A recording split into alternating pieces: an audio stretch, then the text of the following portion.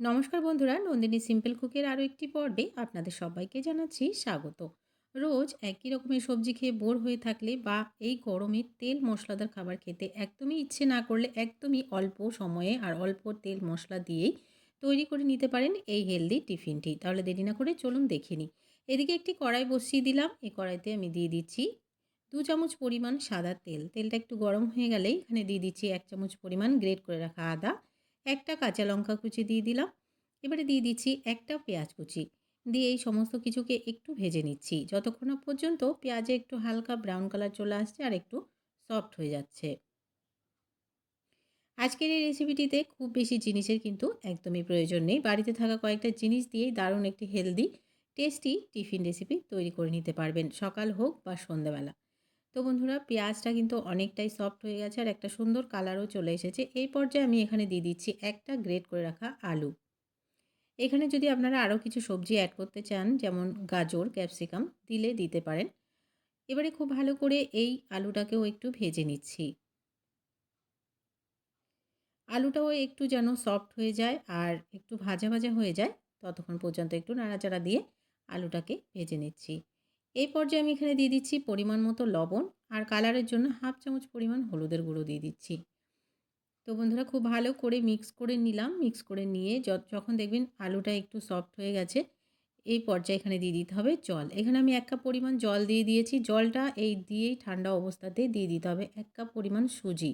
জলটাকে কিন্তু খুব বেশি গরম করা যাবে না। জলটা একটু ঠান্ডা অবস্থাতেই, জলটা না গরম হতেই সুজিটা অ্যাড করে দিতে হবে। তাহলে সুজিটা তো খুব সময় লাগে না, তাড়াতাড়ি রান্না হয়ে যায়। তো আর দলা বাঁধবে না। এবারে নাড়াচাড়া দিয়ে সুজিটা যতক্ষণ না পর্যন্ত একটা ডো রেডি হচ্ছে ততক্ষণ পর্যন্ত রান্না করে নিচ্ছি। অনেকটাই জল শুকিয়ে এসেছে। আরও কিছুক্ষণ একটু নাড়াচাড়া দিয়ে অনবরত নাড়াচাড়া দেবো যেন সুজিটা একদমই তলা দিয়ে লেগে না যায়। খুব ভালো করে শুকিয়ে এইরকমভাবে একটা ডো রেডি করে নিতে হবে যতক্ষণ না পর্যন্ত কড়াই ছেড়ে দিচ্ছে। একদমই রেডি হয়ে গেল, নামিয়ে একটা প্লেটে নিয়ে ঠান্ডা করে নিচ্ছি। তো বন্ধুরা, খুব ভালো করে আমি ডোটাকে ঠান্ডা করে নিলাম আর উষ্ণ উষ্ণ গরম অবস্থায় একটু মেখে নিয়েছিলাম। এবারে আমি হাতের সাহায্যেই অল্প অল্প পরিমাণে এই ডোটা নিয়ে নেব আর একটা বল তৈরি করে নেব। ছোট ছোট করে এই বলগুলোকে তৈরি করে নেব এভাবে করে, যেমন আপনারা ভিডিওতে দেখতে পাচ্ছেন। সবগুলোকেই তৈরি করে নিলাম। এদিকে একটি ছিদ্রযুক্ত প্লেটের মধ্যে সবগুলোকে সাজিয়ে নিলাম। 5 থেকে 6 মিনিট পর্যন্ত একটু ভাপে সেদ্ধ করে নেব, তাহলে এই রেসিপিটি খেতেও আরও বেশি ভালো লাগবে। তো এখানে আমি ঢাকা দিয়ে দিচ্ছি।